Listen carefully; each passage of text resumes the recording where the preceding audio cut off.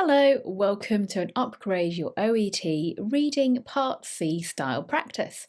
My name is Sona and I'm a premium preparation provider of the OET. I thought today what we'd have a look at is some practice of reading Part C style questions. As I'm sure you know, there are only so many options that OET actually gives us teachers to give to you. So really it's up to you yourselves to go out there and read as much as you can to practice your OET reading. And I want to show you a little bit about how you can do this. This is an article I found from the University of Oxford. It's all about gaming and how it may not be as bad as you might think. The URL is here and I'll also pop that down into the comments box so you can read it in full yourselves. So what I've done for you today is create some questions that you can use to practice your reading technique. Now, all the skills that are involved in this lecture you'll be able to find in my on-demand course. I'll give you more information about how you can buy that later on. But for now, let's just summarise what you need to do in reading Part C and the skills and techniques you'll need to use. My advice is that you focus on one paragraph at a time. You read the whole paragraph yourself. This should take you around a minute and you try and summarise it in your head. Then you look at the question, but for the moment don't look at the options, just try to answer the question yourself. Finally, look at the options they give you, remember this is multiple choice, and select the one which you think best matches your own answer to the question. So let's have a practice run then. I've split the research from Oxford down into paragraphs, or a couple of paragraphs at a time, and I'd just like you to read that first. I'll give you a minute to read it and then we'll look at the question together. Here we go, here's the first one.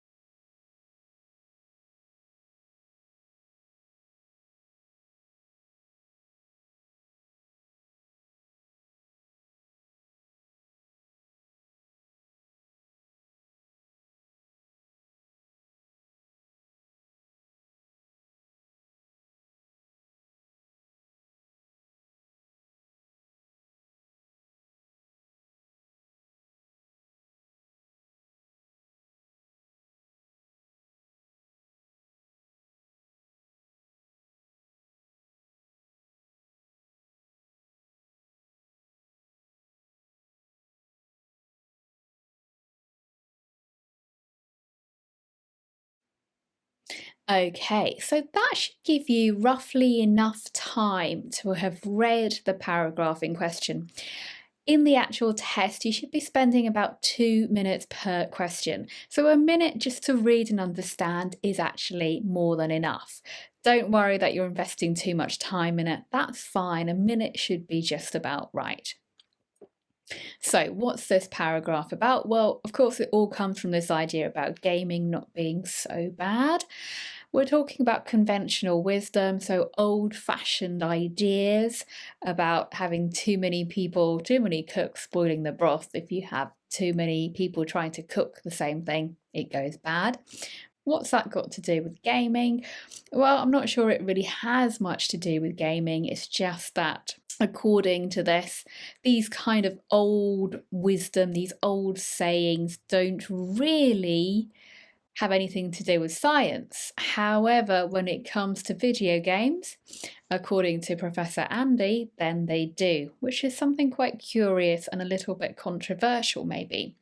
So that's a general understanding of the paragraph. It's introducing the idea of Professor Andy's discomfort maybe, where science is not really founding any kind of basis for gaming theory. So let's look at the questions. What does Professor Andy imply about video games? So, okay, he implies that actually we're looking at just general ideas and not science, I think. So now we've formed our own kind of understanding of the text, our own answer to the question. Now we look at the options and we try and pick the best one. Here we go.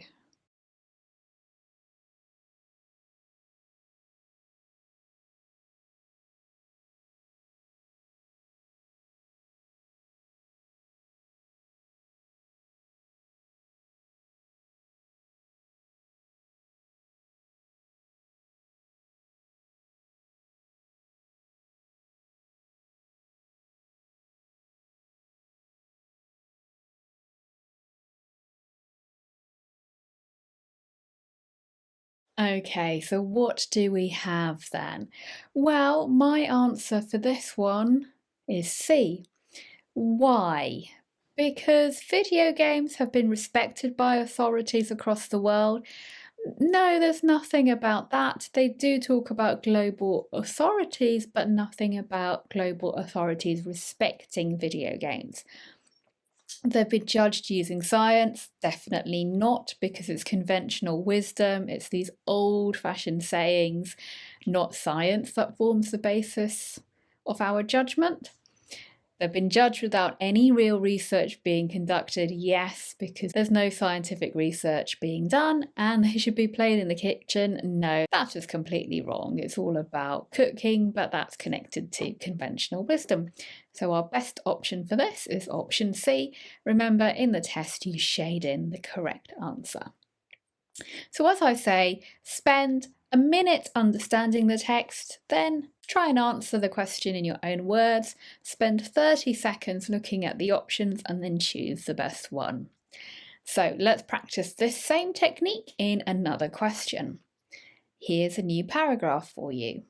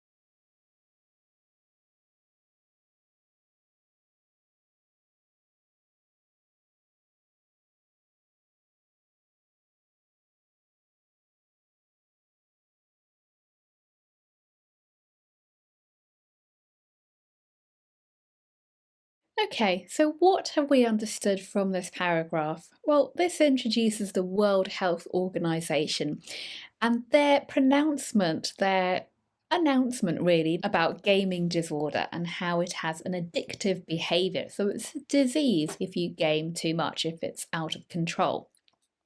However, Professor Andy also says that this pronouncement has nothing to do with science. So he is aiming to change all that. He has just done his own study into the impact of players' health and gaming. And there are some surprising results coming out of this study.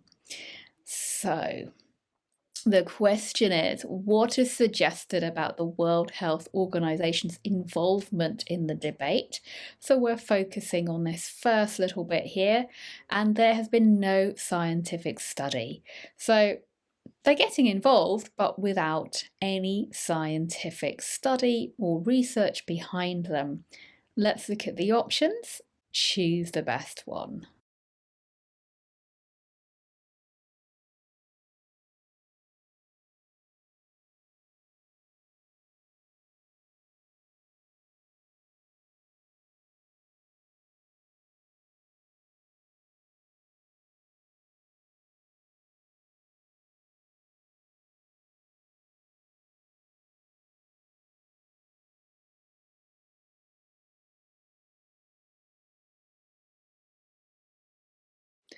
Okay, so this is a question about suggestion. So a lot of the questions in reading part C may be connected to connotation, suggestions, some things which aren't in black and white, but which you have to interpret. So the World Health Organization is normally very respected. Are they the leading authority in gaming? No, I don't think so, and there's nothing here to suggest that they are. Did they rely on fact to make their announcement? Well, no, because there's been no scientific study about it. Did they classify gaming as safe? Actually, the opposite. They said that addictive behaviour can result from gaming, and therefore gaming addiction is a disease, so it's definitely not those. Let's just check D. They are usually well respected, yes, because it's the World Health Organization, no less. They are normally really well respected, but they shouldn't have got involved. That's what's being suggested. They had no basis for doing so. So it's option C. Question 3 also looks at the same paragraph, and this time the question is, what is implied by the phrase, the old wives were wrong again? That's down here at the bottom. Again, in part C of the reading, you may get questions connected to meanings of words or a phrase in the text, and using the context, you've got to try and understand it. So, what is implied by this? These old wives, who are they? Well, whoever they are, they were wrong again. So, whatever has been said traditionally, maybe, about gaming is wrong, and they are wrong again. So, let's look at the options. Choose the best one.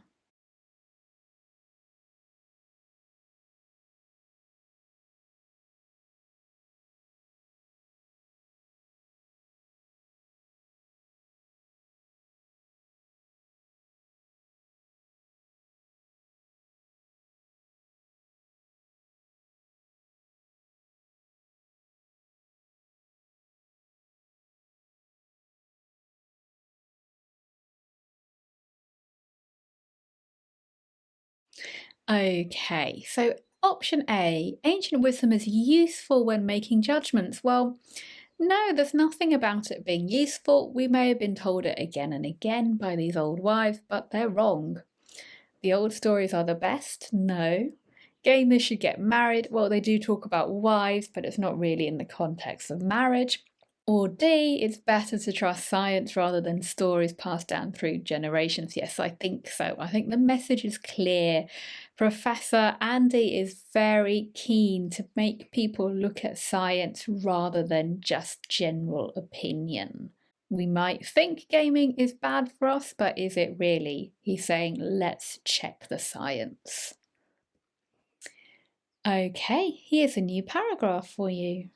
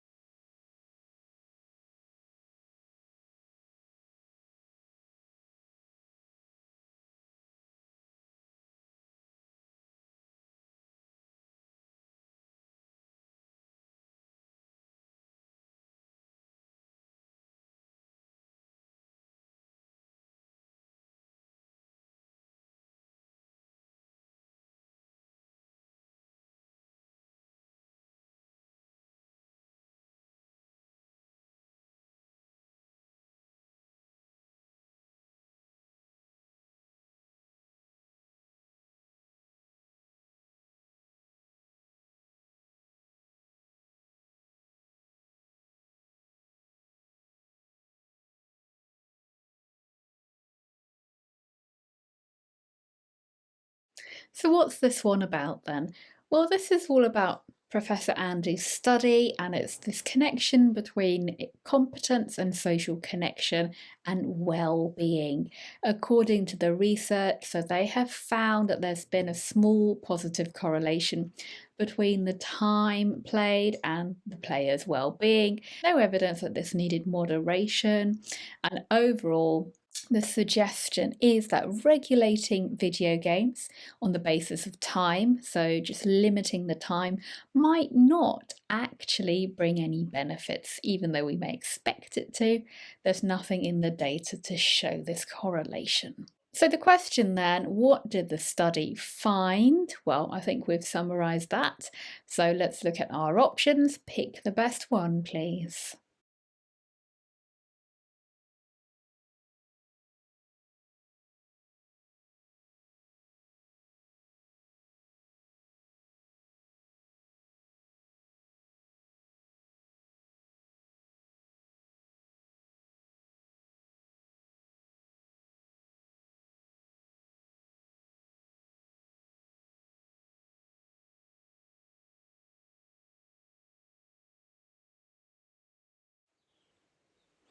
Okay, so positive effects of gaming were connected to playing with others. Yes, I think so, because this was all about the well-being is connected to playing with other people. And it's all about the social connection here. There was only a negligible positive feeling. Well, they do talk about a small relationship between the two, but negligible has a slightly negative context here. It's like saying, oh, there wasn't much. There was a small connection, but not much, not enough to be important. And I don't think that negative idea is mentioned here. They are just simply stating a fact that a small positive relation was found. Time spent on gaming should be limited. Well, actually, it's the opposite. There's nothing in the findings that suggests that they should limit the time spent. And D, well-being increases greatly the longer a gamer plays. Well, this is interesting because it does talk about playing games and reporting well-being. However, does it definitely say it increases greatly? I don't think it does. There was only a small relationship between game time and well-being. So I think the best option for us in this case is A. Another one for you then. Read this, please.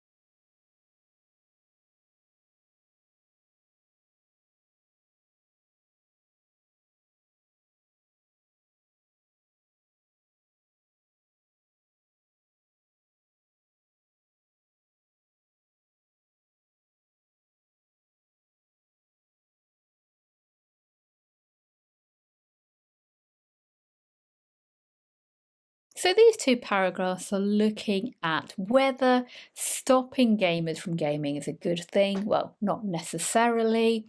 However, Professor Andy's team just looked at 2 games and only 3,000 people. So there is a need to find out about this moral panic that gaming is bad. Is it true or not? We need to do more research. And the professor says it's okay that we all have opinions about games, but we need to do research. If we don't have the research, then we're just guessing, we're just having an opinion, but we don't have the facts, and that's not very good, and it's obviously not very scientific. What's the question then? In the paragraph, it is pointed out that so we've got 2 ideas, that we need more study or that we should base it on fact. Let's look at our options and pick the best one, please.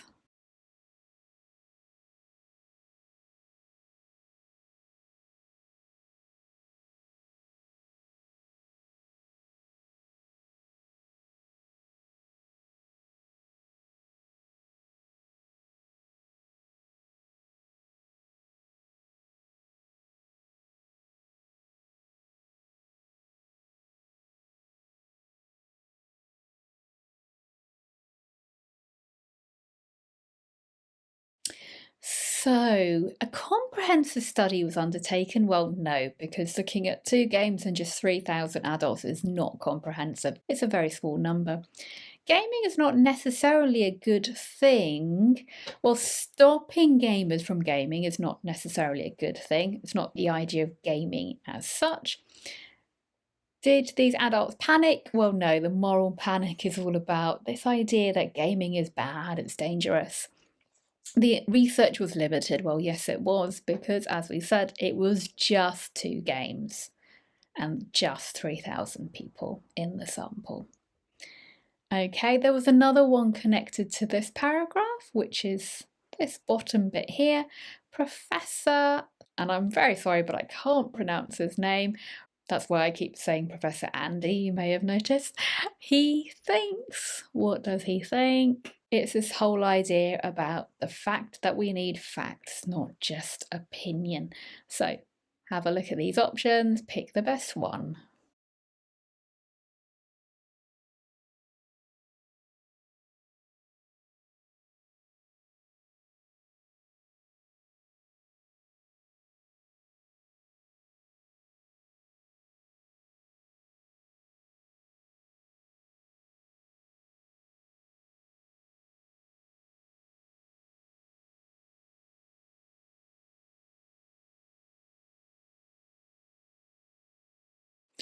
Okay, he thinks his studies prove conclusively that gaming has positive effects. No, there's nothing conclusive about it. More research needs to be conducted, yes. We should all form our own opinions based on our experiences alone, no. His studies prove conclusively that gaming has negative effects, no. So it has to be that we need more information. It's got to be B. Okay, I've got 2 more questions for you. Remember, in reading part C, you have 2 texts with 8 questions each. Just to remind you though, if you are enjoying this lecture, then please subscribe to us, share this with your friends and give us a like, because that will help enormously. Okay, let's read the next paragraph. We've got 3 here this time. Here we go.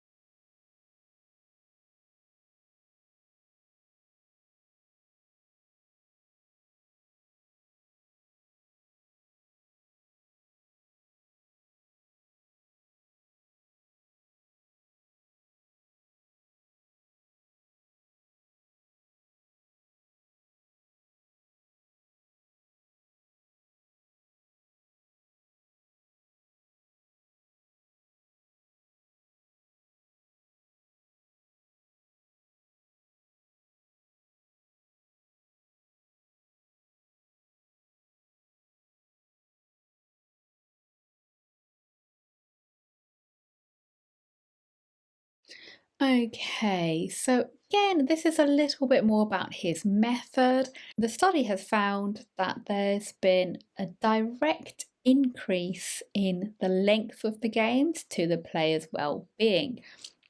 They looked at these 2 games here, Plants vs Zombies and Animal Crossing. Both of these were social games and they were non-violent. Players were in various locations, they weren't playing together. They used blind data from Nintendo and they looked at game time and subjective mental health, so the way the gamers thought they felt. So, according to Professor Andy's study, benefits arose because or from.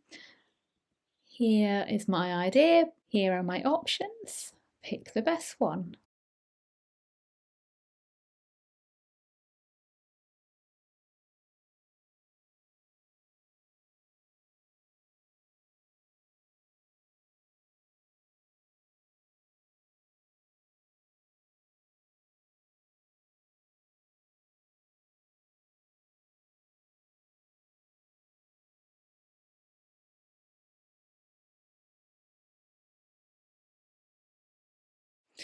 Okay, so the benefits arose from playing for 2 hours or more. Well, there's nothing that tells us exactly how long these players played for.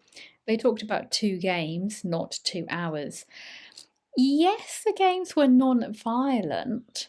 However, is that the reason why these players benefited?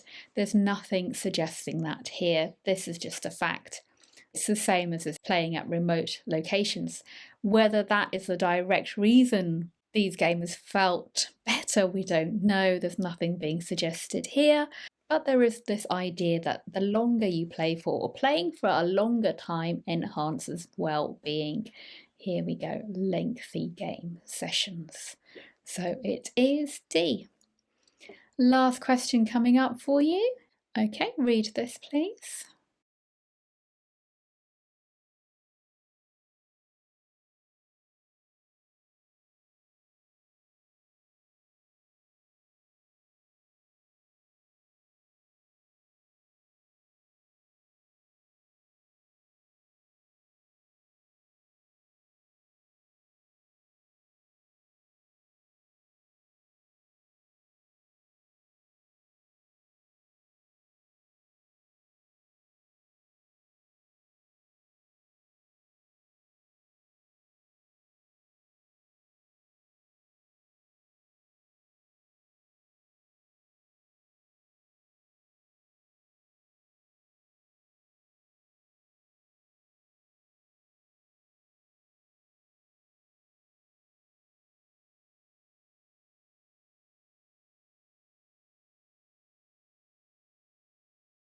Okay, so it's quite a short paragraph, so we really need to understand everything. It's all about not all games are good for you and not everyone benefits, but we need to do more. And that's his implication throughout. We need more science to tell us more about the impact of gaming on players. So the main conclusions are that here are our options. Have a go.